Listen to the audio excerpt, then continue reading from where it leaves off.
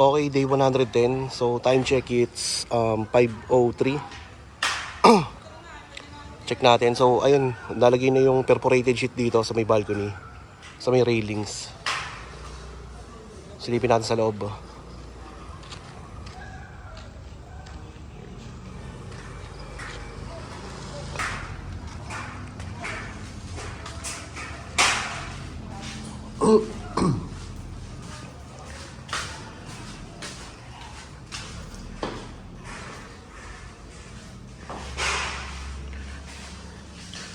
So, okay na to, napinturahan na.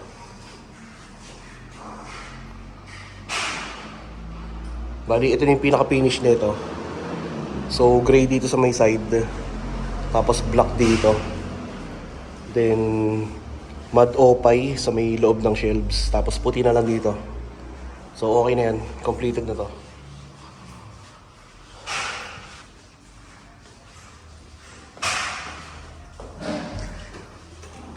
Check natin tong storage room. So, nakapatay yung exhaust. Open natin.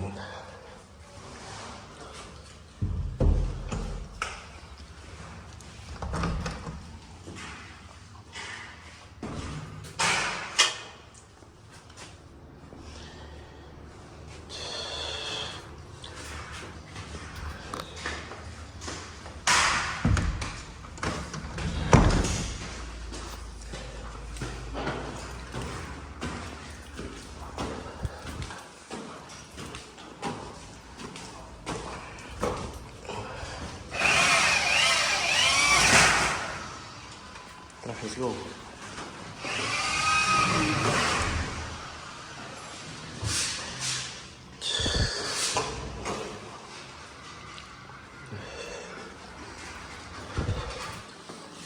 Tol. Nakabit na yung pinto? Ayun, so nakabit na yung pinto rito.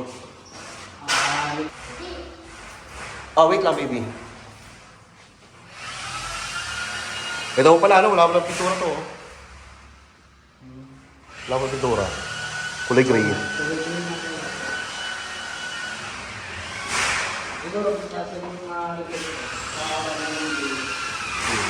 Tatanggal to. Tatanggal naman. Diba? Pero iba, kasi sa ano? Sinasabi ko kay Nogdog eh. Baka mamaya magpachi-pachi katulad sa harap eh.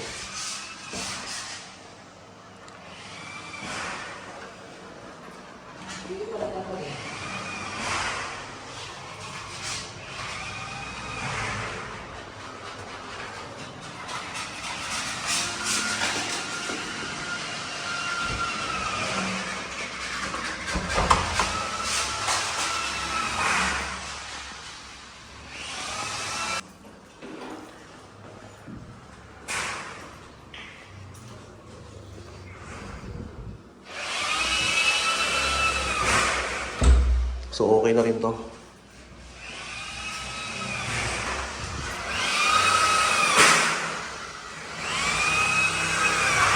Tapos may stopper na rin siya dito.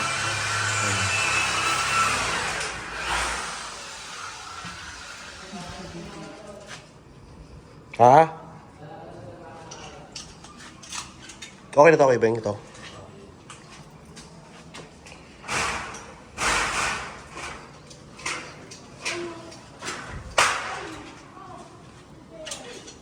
Tantad pala, no? Tantad ng ribbit. Pagka gumalaw. Pagka Ay, ito hindi na. Ito na lang yung tulog niya dito. Ano yun?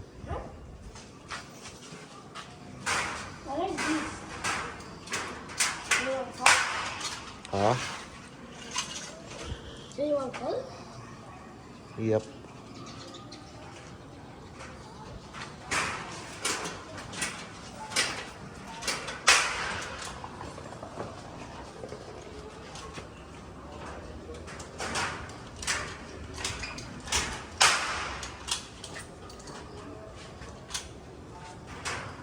So ito okay na to. Bali, ito na lang kinakapit ni Foreman. Dito.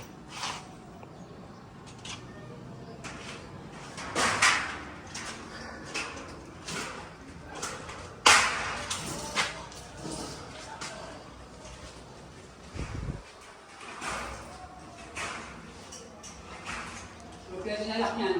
Oo, kaya nga eh.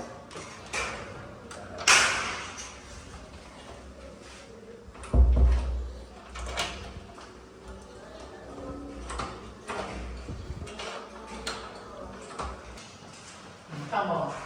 Dalawa kakain ka.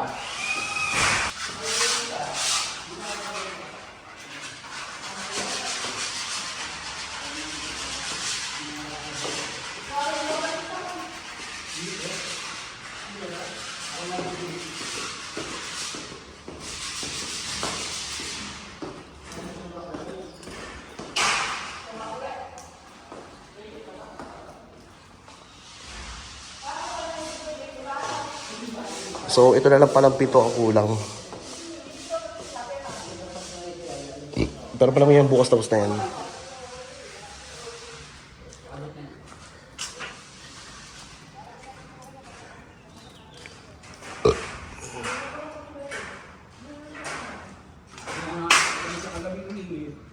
Okay, day 110. So, nakabit na yung perforated sheet dito. Yung sa may balcony railings. So, okay na yan. Yung mga perforated sheet, okay na, installed na. Dito sa railing, saka sa may gate. Saka sa man gate. Then, yung pinto sa mga taas, okay na, mga nakabit na. Yung pinto dito sa may balcony, pinto sa may office, saka pinto sa may master's bedroom. So, okay na yan. Bali, ang kulang na lang yung isa pang pintura dun sa may master's bedroom.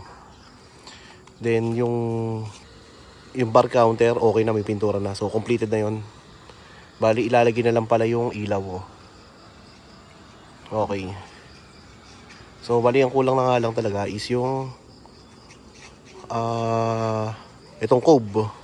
Itong cob sa living room saka yung bubong dito sa may harapan. Okay, so that's it for day 110.